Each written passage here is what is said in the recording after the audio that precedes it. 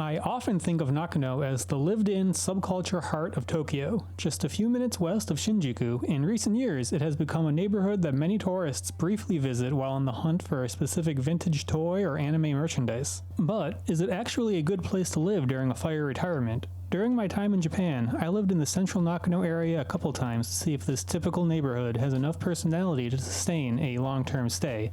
As the third episode in my neighborhood ranking series, let's break down the pros and cons of living in one of the city's most famous hubs of nerd culture. Would you want to select it as your home base for a fire half-life? Is there a peaceful life to be found beyond the retro shopping mall? Stick around to the end to see where Nakano lands in our growing tier list. Here is a quick recap of the grading system. There are 4 categories: public transportation, neighborhood character, livability, and English friendliness. Each category will be discussed and given a score of 1 to 5. Based on the final score, it will be placed in the ongoing tier list. With that said, let's start wandering down Nakano Sun Mall Shopping Street to determine these scores. Nakano is located just west of Shinjuku. While the ward itself is quite large, most of the action, and where I spend most of my time, is concentrated around the central Nakano Station area. To the north, you have the famous Sun Mall and Nakano Broadway. To the south, things get much more residential and quiet. It's two sides of a coin, a bustling, crowded commercial core surrounded by a sea of gray residential buildings. While it might not have the visual wow factor of a temple or a skyscraper district, it's one of the most functional areas in Tokyo. In terms of transit, Nakano is incredibly efficient. The station serves 3 main lines: the JR Cho line, the JR Sobu line, and the Tokyo Metro Tozai line. The orange Cho line is maybe my personal favorite, or at least the one I used most often. It's a straight shot to Shinjuku in about 5 minutes, and Tokyo Station in under 20. It is also convenient if you're heading west towards the mountains of Takao or even beyond to Fuji Kawaguchiko through Otsuki. The yellow Sobu line offers a slower, local alternative that's great for reaching Chiba or Akihabara without the special rapid crowds. There are quite a few stops that overlap with the Cho line within central Tokyo, and the Sobu line is often a less crowded option, especially during rush hour. Then you have the Tozai line. Since Nakano is the starting point for many Tozai trains, you can typically grab a seat during rush hour if you time it right. It's a direct link through the business districts such as Odemachi and Nihonbashi. Personally, I barely used it because the Cho line is so dominant for my interests, but having a major subway line as a backup is a huge livability plus. The station layout is very easy to navigate since it is basically a single hallway with stairs going to each platform. Everything is contained in one hub, so it is basically impossible to get lost in this one. It's a very typical, high-functioning Tokyo transit experience, but the convenient mix of JR and Metro lines does bring it to slightly above average in my eyes, which grants it a 4 out of 5. Nakano's character is defined by a single 250-meter stretch of road, the Sun Mall Shopping Street, that leads you directly to Nakano Broadway. Broadway has become famous in recent years for its toy shops and anime collectibles, largely dominated by Mandarake, but it's also oddly one of the best places to browse luxury watches. It's a weird, wonderful mix, and I enjoy the contrast. In the basement, you'll find hectic food markets, and they mostly have a very local business feel to them. Personally, I also really enjoy all the retro future artwork found throughout Broadway. In the streets immediately to the east of Broadway, you will find numerous other restaurants and izakaya. This area can get pretty popular in the evenings and provides a bit of unexpected nightlife that many tourists might not notice if they just remain in the main shopping arcade. However, once you step away from that central hub, it gets a bit plain. It's a lot of gray concrete and narrow residential streets. I do find charm in the winding maze, but it does tend to blend together. One distinct landmark is the Nakano Sun Plaza, that huge slanted building you see from the station. It adds some much needed flair to the skyline, but it's currently being redeveloped and is planned to be torn down soon, which is a bit of a blow to the area's visual identity and skyline.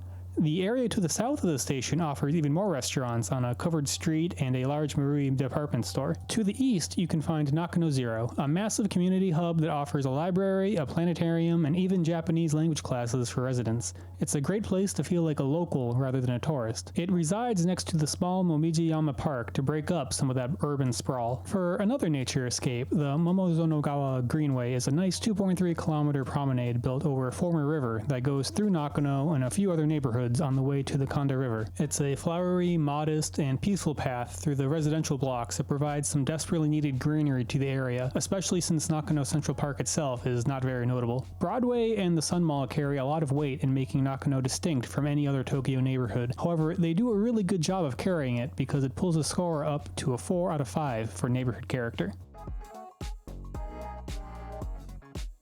This is where Nakano shines for a long-term stay. It is incredibly safe and provides the most typical living experience of any neighborhood I have discussed thus far. For my stay, I used SFIT, which cost me about $1,000 a month for a studio apartment, and that put me in the eastern part of the neighborhood, a little bit north of Nakano Zero. For that price, you get access to an incredible array of local businesses while still maintaining peace and quiet. My primary grocery store was Seiyu in the basement of Broadway. It is reliable and affordable, but I also stopped at numerous convenience stores and my baskets throughout my stay, of course. You also have Nakano Zero to provide some artistic enrichment, but next to it is a store that is a little hard to find in central Tokyo. Shimachu is a large home improvement store in a similar vein to Lowe's or Home Depot from the US. I always find it is easy to find grocery markets, clothing shops, electronics stores, and even hobby shops, but a garden center? That's a bit more rare in the city, and I think it deserves a call out. Speaking of electronics stores though, you don't really have many options for that in Nakano besides a couple small shops in Broadway, so you will likely be looking elsewhere for something like a laptop, cell phones, or video games. As mentioned previously, Broadway and the Sun Mall feature dozens of restaurants and hobby shops for you to enjoy at your leisure as well. Special call out to this random Asian Star Indian restaurant in the Sun Mall. I've been here so much over the years that they manage to recognize me these days. If you're a huge anime or toy collector, then it is hard to beat Broadway in terms of their offerings. You can spend hours searching through the mall, and the inventory refreshes every so often as they buy and sell merchandise, so I would visit at least once a week when I lived there, mainly for Transformers. The main downside for me is the density. The Sun Mall area is permanently crowded during the day, and the lack of large green spaces make it feel a bit urban dense. But for the price and the convenience of having everything nearby, from groceries and restaurants to toys and garden centers, within a 10-minute walk, it's hard to beat in terms of day-to-day convenience. I will go with a 5 out of 5 for livability. The lack of a major nature connection makes me want to lower the score a little, but it is just so peaceful outside of the mall area that I feel most people would really enjoy life here. Because of Nakano Broadway's status as a big tourist destination, the main shopping strip is very English friendly. Most shops have English signage, and the staff in the stores are used to dealing with international visitors. However, once you leave that main corridor and head into the residential side streets or even the small basement markets, the English presence lessens considerably. The local izakayas and markets are very much catered to the neighborhood's permanent residents, and many won't have English menus. It's not as forgiving as the temple area of Asakusa, but you won't struggle to survive too much as time goes on. Worst case, you can mostly shop in the main mall area until you get more confident in your Japanese. Broadway and the Sun Mall are once again pulling the score up for this one. They have really needed to adopt for the tourists, and that makes an English speaker's life much easier as a result. I'd say a 4 out of 5 for English friendliness is fair. The final ranking for Nakano is a 17 out of 20. That puts it firmly in the A rank. It's a solid, reliable, and functional neighborhood. It doesn't have the magic of Asakusa, but it offers a similar level of convenience as Nishi Shinjuku. It once again has a large tourist attraction in the form of Nakano Broadway and the Sun Mall, but it doesn't attract the same amount of people as some of the other tourist traps in Tokyo, which helps make it a much more reasonable place to live. If you love anime, toys, or just want a convenient and quiet base that's cheaper than Shinjuku, but only 5 minutes away, Nakano is a great choice. It's a very typical Tokyo neighborhood that manages to be great thanks to its unique subculture heart. Thanks for watching, everyone. I tried to keep track of all the suggestions from the last video and added them to the ongoing list, so as discussed last time, let's spin the wheel for the next neighborhood. It looks like the next video will be about Shiodome. That will be the first video about a neighborhood I haven't actually lived in, so that should be fun.